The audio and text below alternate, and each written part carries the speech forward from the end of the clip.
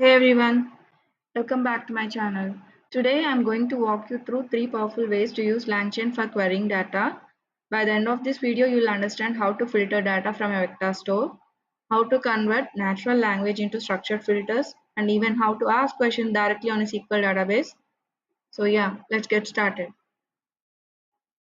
So text to metadata filter, it converts natural language into a simple filter condition like structured JSON, does not generate full SQL. This is perfect like when you have unstructured documents stored in a vector database, but you also want to apply structure filters like department equals finance or salary greater than 100,000, something like that. So we define a metadata schema using attribute info here and have created the text and metadata. For each text, there should be a separate metadata like one to one. It will be like one to one.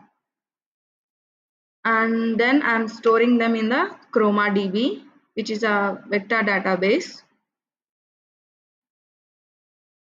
Then you can see the text like John works in finance, Emma works in finance, and we are connecting it to the self query retriever. It will allows the LLM to read to our schema and automatically generates filters.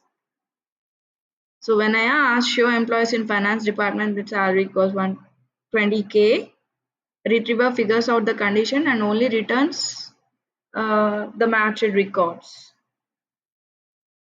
This way we are not just doing similarity search but also enforcing structured data. As you can see here, John works in finance, hired in 2021, salary 120K, location New York, and you can also see the structured data here like department finance, hire date, so and so.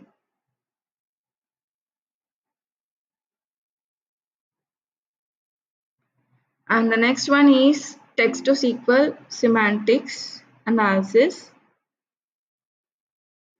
So what it does is that it will interpret the intent of the query, tables, columns or filters, but it will not produce full SQLite.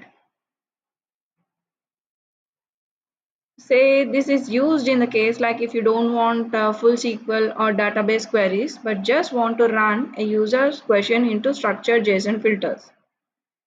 Here we are using prompt template where we will tell the LLM take a user question and return JSON with the table, columns and filters. For example, if I ask show me total revenue from North America in quarter 1 2024, the model outputs JSON. As you can see here, you got the output as a JSON form saying table is sales, columns are sum of revenue and filter is region equals North America. This is super useful if you want a lightweight query planner that you can later feed it into any backend system like SQL, NoSQL or even an API. So compared to first example, this doesn't return documents directly. Instead, it gives us a machine readable structure we can use however we want. So the third one is natural language to SQL with SQLite. So this generates a fully executable SQL query and runs it on the database. We will first create a simple SQLite database with the school called school with a students table and having fields name, grade, subject and marks. And then we are inserting some sample data. Next we connect LangChain to this database using the SQL database.